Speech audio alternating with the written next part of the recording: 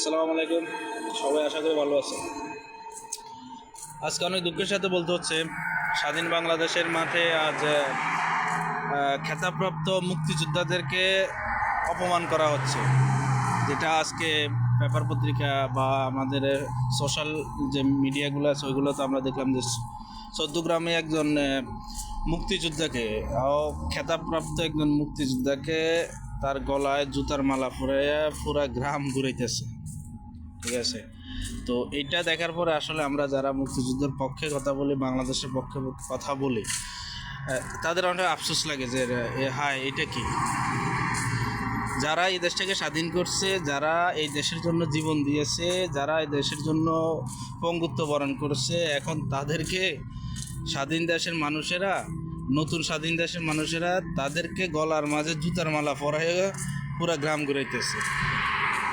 মানে আজকের এই দিনে এসে আমরা এটাও দেখতে হচ্ছে, যারা দেশটা দিল, যাদের কারণে আমরা দেশটা পাচ্ছি, যাদের কারণে আমরা এই যে লাল স্বাধীনতা, কেউ বলে দ্বিতীয় স্বাধীনতা, তৃতীয় স্বাধীনতা পাইতেছে, যাদের জন্য আমরা এই দেশটা পাইছি, তাদেরকে আজ আমরা গলার মধ্যে জুতার মালা পরাইয়া পুরা এলাকাতে ঘুরাইতেছি। এটা আসলে আমাদের জন্য অনেক দুঃখজনক এবং আফসোসের বিষয়। আমরা আসলে কি বলবো, আমরা আসলে এটা আমাদের জন্য হতাশাজনকও বলতে পারেন।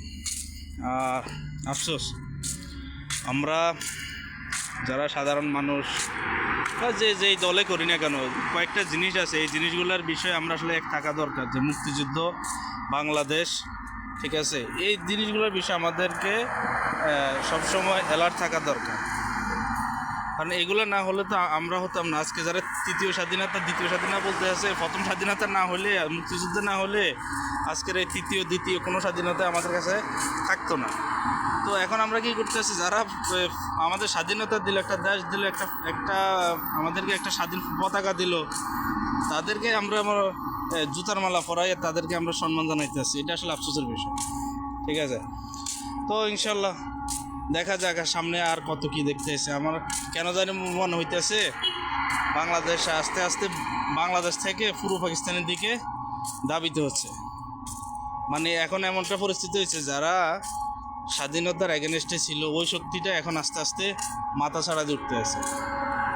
আমরা মনে করেন রাজনৈতিকভাবে আমাদের মত পার্থক্য থাকবে, এটা বিষয় নেই, রাজনীতিটা থাকবে, মত পার্থক্য থাকবে, সহমত থাকবে, সব কিছুই থাকবে। তাই বলে বাংলাদেশ মুক্তিযোদ্ধা তাদেরকে নিয়ে কোনো মত পার্থক্য থাকাটা ঠিক না। এটা আমাদের জাতি হিসাবে আমাদেরকে অনেক উপরে তো নেয় না, এটা অনেক নিচু জাতিতে পরিণত করে, যে আমরা জাতি হিসেবে যারা আমাদেরকে এত কিছু দিল তাদেরকে আমরা অপমান করতেছি। এটা জাতি হিসাবে মেনে নেওয়া যায় না, যে জাতির মানুষ হিসেবে মেনে নেওয়া যায় না।